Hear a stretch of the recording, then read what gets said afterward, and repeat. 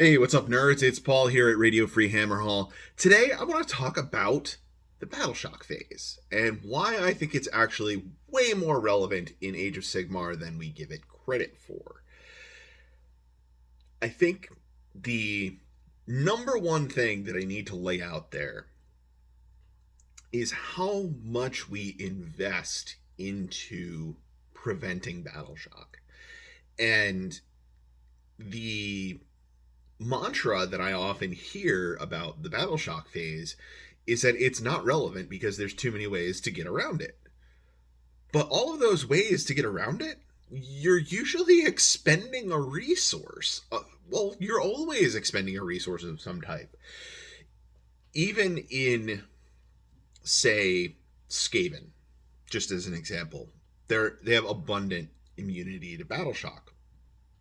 But you're making unit choices in that army that are built around preventing Battleshock because you're a horde army with low bravery. So you're positioning on the table, huddling around your Screaming Bell or your Plague Furnace, or holding off extra command points for your Vermin Lord Warpseer. All of those things combine together to you're really devoting a lot of resources and you're altering your play in order to be immune to Battleshock. And it feels like that mechanic doesn't matter when you get to the Battleshock phase and you're like, oops, no roll. But if you look like how you played on the battlefield, you changed what you did. Battleshock affected how you deploy on the battlefield. So I think it's way more important than people give it credit for. Also, we look at armies with high bravery and Ossiarch Bone Reapers because they're just immune to Battleshock. Now, these things are bonuses to these armies that make Battleshock not as relevant to them. So you have this situation where, like, yeah, there's a lot of armies out there with high bravery. You know, Chaos Demons, Death, potentially Seraphon. You know, we have a decent number of armies out there where you have high bravery, so Battleshock's not as big of a deal. It's harder to get to that threshold to lose models. And also, we have this tendency to play more MSU, especially right now in 3rd edition. We have a lot more MSU that we're playing because of the reinforcement restrictions. But the thing to keep in mind is also that MSU prevents Battleshock. It prevents the impact of Battleshock because if you have fewer models in a unit, the less points you're racking up for that Battleshock test. So you're incentivized to have smaller units when in some situations you really want those bigger, more horde-like units. And I notice it myself when, I played Nurgle all the time, and Battleshock is basically just not a thing.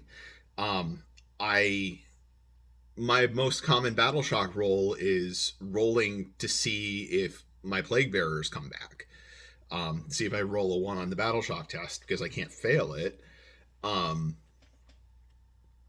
But when I switch to another army, I'm so accustomed to playing that Nurgle style of I don't care about Battleshock that when I pick up another army, it's like, holy shit, I gotta worry about Battleshock. And I forget about it. And then we get to the Battleshock phase and I lose half a unit.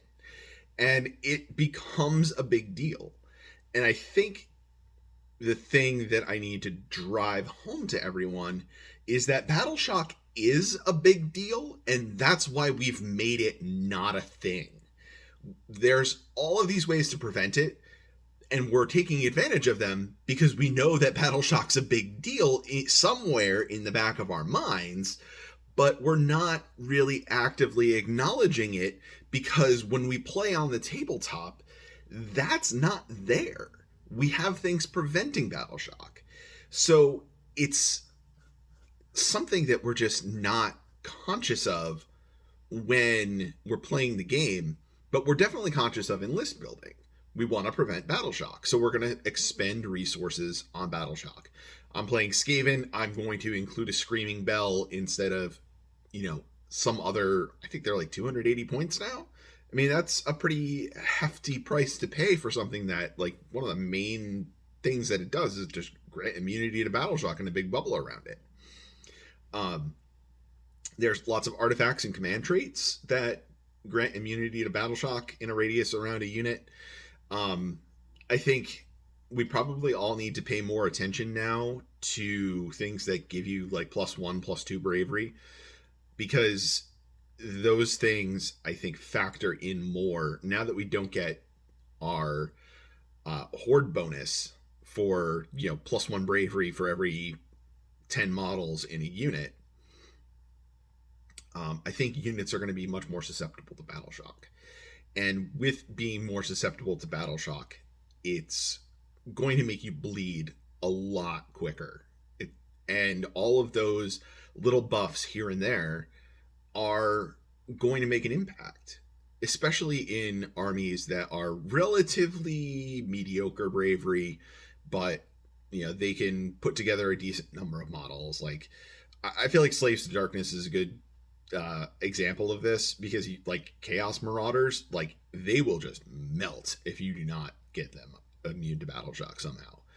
And there's a lot of other things in that army that you want to use your command points on, and it's really driving you in a direction where you need to have that inspiring presence available for your Marauders, or your Marauders are going to disappear. So this is sort of my rant on the Battleshock phase. I think it is overall way more important than we really give credit to, and I think we need to have a better conversation about what the Battleshock phase means, because we're saving our resources for inspiring presence. We're making list building choices that are influencing the Battleshock phase. Like, yes, there's a lot of ways to get around Battleshock, but you're spending resources and changing the way you play in order to take advantage of those things.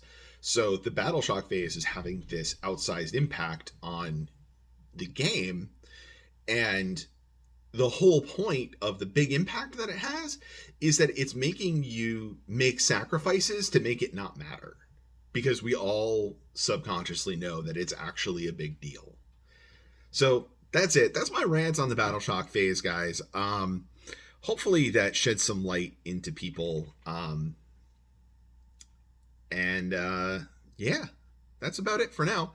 As always, like, subscribe, do all those things. Patreon, Facebook, Twitter, all those things are available to you if you would care to join us or contribute to the channel further. And that's all for now, guys. Talk to you later.